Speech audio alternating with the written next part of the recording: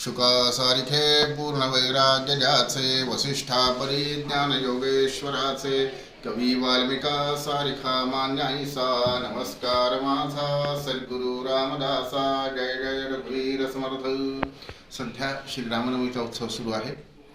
इंदूर अर्थात निजामाबाद या शहरामध्ये बडाराम मंदिर किंवा बडाराम मठ या नावाने प्रसिद्ध असलेले हे पुरातन मंदिर छत्रपती शिवाजी महाराजांचे गुरु श्री समर्थ रामदास स्वामी यांनी स्थापन केलं आहे। त्याचप्रमाणे सारंगपूरचं जे हनुमान मंदिर आहे किंवा तो हनुमान मठ आहे तोही या मठाशी संलग्न आहे। तेही मंदिर श्री समर्थ रामदास स्वामी आणि मठ रामदास स्वामी स्थापन केलेलं आहे। हे छत्रपती शिवाजी महाराजांचे गुरु समर्थ रामदास भारत भ्रमण करत असताना तेलंगणा राज्यात आले आणि त्यावेळेचं आंध्र प्रदेश आताचं तेलंगणा आणि या ठिकाणी त्यांनी त्या मारुतीची स्थापना केली। आज ते खूप प्रसिद्धीच्या झोतात आहे। आता या बडाराम मंदिरामध्ये अर्थात बडाराम मठामध्ये रामजन्मोत्सव आहे। उद्या सकाळी शोभायात्रा निघाली 9 वाजता ती शहरातून फिरून पुन्हा राम मंदिरात येईल। त्याच्यानंतर रामजन्मोत्सव होईल। रामजन्मोत्सवाचं प्रवचन होईल। त्यावेळी रामजन्मोत्सवाचा उल्लेख केला जाईल, पाळणा हलवला जाईल, लोकांना प्रसाद वाटण्यात येईल आणि दुसऱ्या दिवशी लोकांना भोजन प्रसाद अर्थात महाप्रसाद देण्यात येईल। तरी इंदूरवासीय अर्थात निजामाबादवासीय सर्व भक्त मंडळींनी याचा अवश्य लाभ घ्यावा आणि राम मंदिरात जास्तीत जास्त हजेरी लावावी अशी सर्व भक्त मंडळींना नम्र विनंती। जय श्रीराम। జై శ్రీరామ్। గత ఎన్నో సంవత్సరాల నుంచి పెద్దరామ మందిరంలో రామనవమి ఉత్సవాలు అతి వైభవంగా ఉగాది నుండి పట్టుకొని శ్రీరామనవమి తెల్లారి వరకు ఈ యొక్క కార్యక్రమాలు జరుగుతూ ఉంటాయి। దానికి అందరు భక్తులు కూడా అధిక సంఖ్యలో వస్తూ ఉంటారు। అదేవిధంగా రేపు శ్రీరాముడి యొక్క జన్మ కార్యక్రమము మన ఇందూర్ బ్రహ్మపురిలో ఉన్నటువంటి పెద్దరామ మఠ్లో జరుగును। ఈ యొక్క కార్యక్రమానికి భక్తులు అధిక సంఖ్యలో వచ్చి ఆ రాముని యొక్క సేవకు పాత్రలు కావాలని కోరుతూ అలాగే ఎల్లుండి పొద్దున 11 గంటల నుంచి మహాప్రసాదం ఉంటుంది। పొద్దున 11 గంటల నుంచి పట్టుకొని 3 గంటల వరకు ప్రసాద కార్యక్రమం ఉంటుంది। పాల్గొని ఈ యొక్క ప్రసాదాన్ని తీసుకుపోగలరని మీతో మనవి చేస్తూ అలాగే ఎవరైతే రాముడి యొక్క భక్తులు ఉన్నారో అధిక సంఖ్యలో రేపు 12 గంటలకు శ్రీరాముడు ప్రతి దగ్గర కళ్యాణం జరుగుతుంది, కానీ పెద్దరామ మందిరంలో ఓన్లీ ఒక జన్మ కార్యక్రమమే జరుగుతుంది। అదే మాదిరిగా రేపు శ్రీరామనవమి యొక్క సందర్భంగా ఎక్కడ కూడా లేనటువంటిది సొంటి చక్కెర। ఆ సొంటి చక్కెర యొక్క ప్రసాదం యొక్క మహత్వం ఏంటంటే ఉగాది నాడు నుంచి పట్టుకొని శ్రీరామనవమి వరకు ఏదైతే కార్యక్రమాలు జరిగి శ్రీరామనవమి రోజు ఏదైతే సొంటి చక్కెర తింటారో వాళ్ళు సంవత్సరం అంతా కూడా ఎలాంటి ఆరోగ్యం ఖరాబ్ కాకుండా వాళ్ళు ఆరోగ్యంగా ఉంటారు। అది ఆనాడు నుంచి ఈనాడు దాకా నడుస్తున్నది। కావున భక్తులందరూ వచ్చి రేపు ఆ సొంటి చక్కెర యొక్క ప్రసాదాన్ని కూడా తీసుకుపోగలరని మనవి చేస్తున్నాము। जय श्री तरी मी नात्याची मधवा नवऱ्याला सगळ्या शिव्या दिला। नवरा म्हातारा आहे, जोगी आहे, रागीट आहे, तरी पण म्हणले मी त्याच्या मांडीवर बसून त्याच्या गळ्यात हात घालून बसते। तुझी बायको बघ म्हणले, आज ह्याच्या घरी उद्या त्याच्या घरी। आता लक्ष्मी चंचल आहे, सगळ्यांनाच माहिती आहे। तशी नाही म्हणले मी। किती माझा नवरा रागीट असला आणि काही असला तरी नवऱ्याला धरून राहत। आता बायकांचे भांडणं सुरू झाल्यावर लक्ष्मी थोडीच गप्प बसणार होती। आता लक्ष्मीने पार्वतीला शिव्या द्यायला सुरुवात केली। लक्ष्मी काय म्हणायला लागली, बडी जावरी कामा नको कथुस पार्वती, दुर्गुण जगातील सारे तव ठाई सदा नांदती, मद्यपी मनातून द्यूत आवडे तुला, नवऱ्याचे हिरावून सारे नागवामनी धाडिला, राग सदैव नाकावरी मानी तू मुळी, मानार्थ पित्याच्या घेही कुंडात पुढी घातली। ते म्हणाले, तू कुणाचं वर्णन सांगायलीस का? तू किती रागीट आहे तुला माहिती का? म्हणले, वडिलांनी आपल्या नवऱ्याला बोलवलं नाही म्हणून तू वडिलाच्या घरी म्हणले जाऊन सगळ्या यज्ञाचा विध्वंस केला आणि यज्ञामध्ये उडी घातलीस। तुझं शहाणपणा काही सांगू नको। आता दोघींचे भांडणं सुरू झाले। शंकर म्हणले, हे काय उद्योग करून ठेवला तुम्ही? आलात कशाला? केलात काय? आता हे निस्तरता निस्तरता नाकी नऊ यायले. ते म्हणाले देवा तुम्ही निस्तारा म्हणले. पांडुरंगाने सांगितलं आधीच मला पार्वती माता बाईला म्हणली आहे, आता जर मी पुन्हा त्याच्यामध्ये पडलो बायकांच्या भांडणात अजून एक कारण होईल म्हणले. त्याच्यासाठी तुम्ही मोठे, तुम्ही सांगा काहीतरी या बायकांना समजून. मा शंकराने दोघींना सांगायला सुरुवात केली. दोघी एक तुम्ही विनोद करुणी कागे उग्या भांडिता, भांडाया जगतास येथून पुढे वाहा धडा घालिता, थोरांच्या परिवर्तनास भगती प्रेमे करोनी जन, यासाठी विबुधे जपून असणे त्यागून या दुर्गुण. महाजनो येन गतस्य पंथा.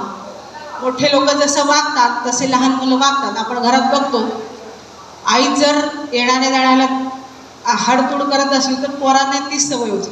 पोरं पण काय म्हणतात, आधी तुझं काय काम आहे सांग तर दारू पडतो, नाही तर जा बाहेरच्या बाहेर. मोठ्या लोकांचं जसं वर्तन आहे तसंच मुलांवर परिणाम होतो. मग ते म्हणले तुम्ही दोघी जगाला आदर्श घालून देणाऱ्या आणि तुम्ही जर भांडत बसलात तर कसं व्हावं? ते म्हणाले काय इच्छा आहे, कशासाठी आला होतात? मग पांडुरंगाने सांगितलं तुमचा नरहरी ती अशी शीघ्र गोपी पार्वती तुमची बाई बनवली, तुमच्या मांडीवर बसली. आता ह्याच्यापेक्षा तुम्हीच करा. मला माझं काम सरळ आहे, शंकराचं काम सरळ आहे, पांडुरंगाचं काम तुम्हाला माहिती. कृष्ण अवतारात त्यांनी किती राजकारण खेळले. ते म्हणले हे जे राजकारण आहे ना ते तुम्हालाच जमते, म्हणले मला काही जमत नाही. आणि पांडुरंग शंकराकडनं आले कैलासावरनं आणि मंदिरात येऊन बसले आणि डोक्याला हात लावून बसले. इतक्यात नारद मुनी आले. नारदांचं काय काम? नारद कोण आहे? तो पत्रकार आहेत. पत्रकारांचं काय काम? इकडच्या बातम्या तिकडं, तिकडच्या बातम्या इकडं, खऱ्या खोट्या कशाही असो द्यायचं एक काम असतं. नारद आले आणि देवाला बघून म्हणले काय झालं देवा, तुम्हाला इतकं त्रास कशासाठी झाला? काय तुम्हाला बीपी वगैरे वाढलंय का? दवाखान्यात न्यायचंय का? मी येऊ का तुमच्याबरोबर? ते म्हणले काही गरज नाही, बीपी मी डॉक्टर मला घरी येऊ शकतो म्हणले, तू काही करू नकोस. मग झालं काय? नारदा करू तरी काय सांग सदुपाय, नारदा करू तरी काय सांग सदुपाय, शंभूचा भक्त नरहरी आमुचा द्वेष करी नितपाय, तो खऱ्या भक्तीच्या वाटे लागून कधी मज भेटे, हे पडले संकट मोठे अनिवार बहुत दुस्साय सांग सदुपाय, नारदा करू तरी काय सांग सदुपाय.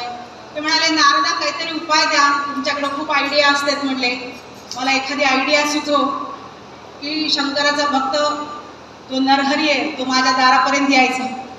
ते म्हणाले देवा ठीक आहे, फक्त मला सगळ्या गोष्टीची मोकळीक द्या, मी काय करायचं बघतो. आता नारद मुनी तिथून उठले आणि द्वारकेला गेले. द्वारकेला म्हणले एक सावकार जो कृष्णाला नवस करायला आला होता आणि त्यांनी कृष्णाला नवस केला आणि बाहेर आला. नारद मुनी संन्याशाच्या वेशाने तिथं प्रगट झाले आणि त्यांनी म्हणले काय इच्छा आहे तुझी? ते म्हणाले माझ्या 7 पिढ्या दत्तकाच्या आहेत, मला तरी मुलगा व्हावा अशी माझी इच्छा आहे, म्हणून शंकराला हे कृष्णाला नवस करायला आलो म्हणले. ते म्हणाले तू आलास कृष्णाला नवस करायला, ठीक आहे म्हणले, पण कलियुगामध्ये कृष्ण कुठं गेले? तो पंढरपूरला जाऊन उभारलेत म्हणले. पुंडलिकाने त्यांना 28 युग झाले तिथंच उभं केलंय आणि अजून किती उभं करणारे माहीत नाही. मग तू काय तिकडं नवस कर. ते म्हणाला ठीक आहे. आता सावकाराची श्रद्धा कृष्णावरही नव्हती, काम करायचं होतं त्याला फक्त. ते म्हणले ठीक आहे, इकडचा नवस इकडं. त्याने नवस फिरवला. मला जर मुलगा झाला तर म्हणले रत्नजडीत सोन्याचे कंबरपट्टा मी पांडुरंगाला करील, त्या काळामध्ये 1 लाखाचा. ठीक आहे म्हणले. आता नारदाने सांगितलं ब्रह्मदेवाला जाऊन की ते म्हणले असा असा सावकार आहे, त्याला मुलगा द्या.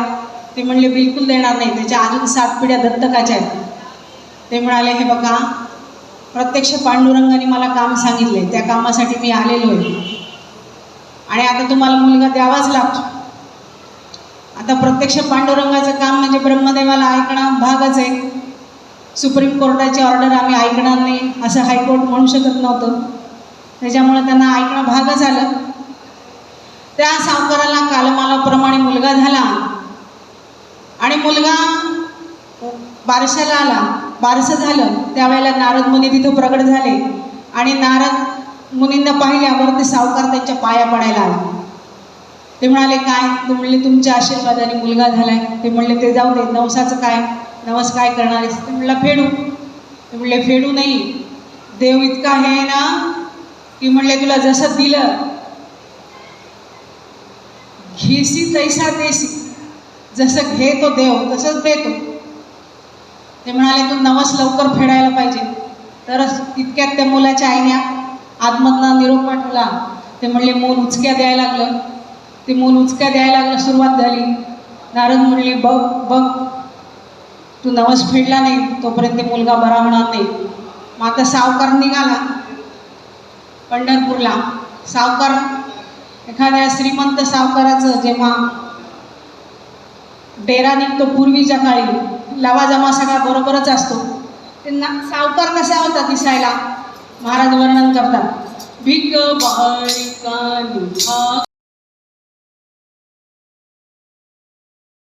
सावधानी असतात, सगळीकडे लक्ष असतं. गेट मध्ये काय वाजलं ते ह्या आपण स्वयंपाकघरात असलो तर पोरं खोडवे आम्हा बोलती.